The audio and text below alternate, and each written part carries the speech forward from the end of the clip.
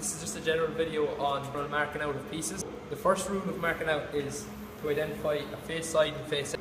How we identify a face side and face edge is we use our tri-square, we hold it up against the light, okay? There should be no gaps between the blade on the tri-square and the edge over here, okay? So that seems pretty okay. So I'm going to mark face side, face edge using this symbol here. The procedure for marking out is overall dimensions, joint positions, joint details, and other details. Overall dimensions.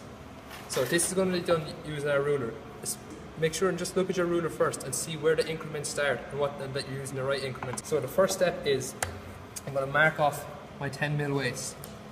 Okay? And I'm going to square it all around. Now it's important that when I'm squaring, I always use my stock off my face side and face edge, okay?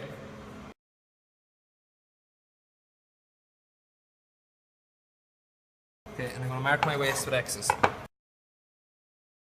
So, overall dimension is 215. So I'm going to use this line as a datum, and I'm going to come down my 215, which is there. Okay, so again, I'm going to use my square off my face side and face edge only.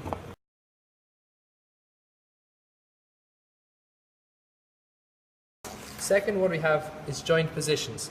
So you can see my joint positions is in 70 from my datum line, then it's another 50 to the end of my mortise, okay?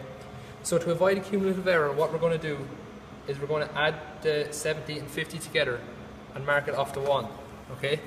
So I'm going to have my datum line here. I'm going to come up my 70, and then from 70 I'm going to come another 50 to 120.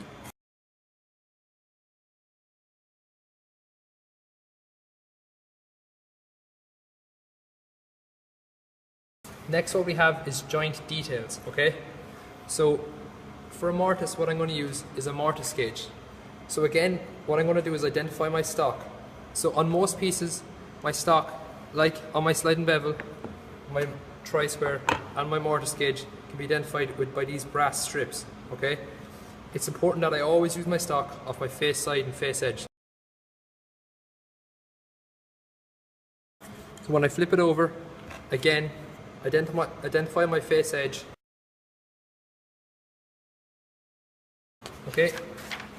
So, and then the final thing for marking out is, and anywhere that I'm going to be cutting across the grain, okay, I'm going to use my marking knife off the edge of my tri-square and score the grain to give me nice clean shoulders.